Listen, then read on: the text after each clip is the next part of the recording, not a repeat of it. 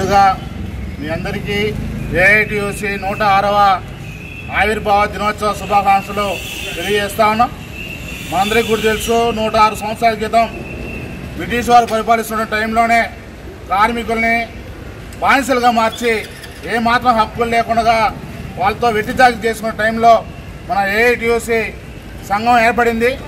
నాటి నుంచి నేటి వరకు కూడా కార్మికులకు సంబంధించి, ఉద్యోగులకు సంబంధించి వారి యొక్క హక్కుల కోసం, వారి జీత బత్యాల కోసం, వాళ్ళకి సమ్మె చేసేటువంటి హక్కు కోసం, ఇతర అనేకమైన హక్కుల కోసం ఏఐటీయూసీ పోరాటం చేస్తూ ఉంది.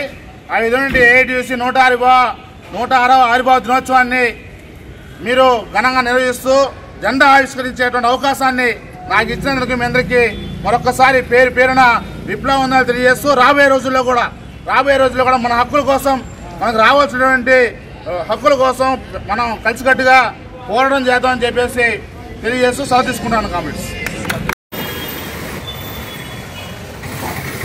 ఏఐటీయూసీ 106వ ఆవిర్భావ దినోత్సవం సందర్భంగా ఈరోజు గుంటూరు నగరంలో పెద్ద ఎత్తున ఏఐటీయూసీ అన్న పతాకాలని కార్మికులు, ఉద్యోగస్తులు ఎగరేస్తూ ఉన్నారు.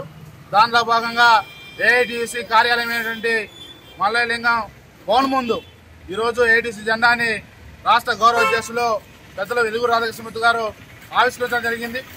ఏదైతే 106 సంవత్సరాల పోరాట చరిత్ర ఉన్నదో, ఏదైతే 106 సంవత్సరాల ఉద్యమ చరిత్ర ఉన్నదో దాన్ని స్ఫూర్తిగా తీసుకొని ఈరోజు రాష్ట్ర కేంద్ర ప్రభుత్వాలు అవలంబిస్తున్నటువంటి కార్మిక వ్యతిరేక విధానానికి వ్యతిరేకంగా పెద్ద ఎత్తున కార్మికులు, ఉద్యోగులు ముందుకు సాగడానికి సిద్ధమవుతామని చెప్పేసి తెలియజేస్తా ఉన్నాం. అదేవిధంగా పోరాడి సాధించుకున్నటువంటి 8 గంటల పని గంటలు ఏదైతే ఉందో ఆ హక్కుని కాల రాస్తూ ఇప్పుడు కేంద్ర రాష్ట్ర ప్రభుత్వాలు రెండు కూడా 10 గంటలు, 12 గంటలు కార్మికుల చేత విద్యుత్ చాకరీ చేయించడానికి ముందుకు సాగుతూ ఉన్నాయి. దానికి వ్యతిరేకంగా రాబోయే రోజుల్లో పెద్ద ఎత్తున ఏఐటీయూసీగా ముందుకు సాగుతామని చెప్పేసి తెలియజేస్తా ఉన్నాం. ఈరోజు ఏఐటీయూసీ 106వ వ్యవస్థాపక దినోత్సవాన్ని దేశవ్యాప్తంగా నిర్వహించుకోవడం జరుగుతూ ఉంది. దానిలో భాగంగా గుంటూరు నగరంలో ఇక్కడ ఈ సభ అలాగే జెండా ఆవిష్కరణ కార్యక్రమాన్ని నిర్వహించుకోవడం జరిగింది. ప్రధానంగా 105 సంవత్సరాల ఏఐటీయూసీ పోరాటాల విలువ ఎన్నో కార్మిక వర్గానికి ఎన్నో ప్రయోజనాన్ని చేకూర్చిపెట్టింది. అనేక చట్టాలు చేయించింది.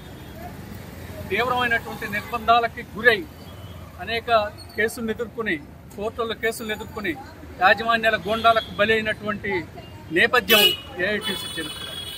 ఏఐటీయూసీ చరిత్ర త్యాగాలతో ముడిపడి ఉంది.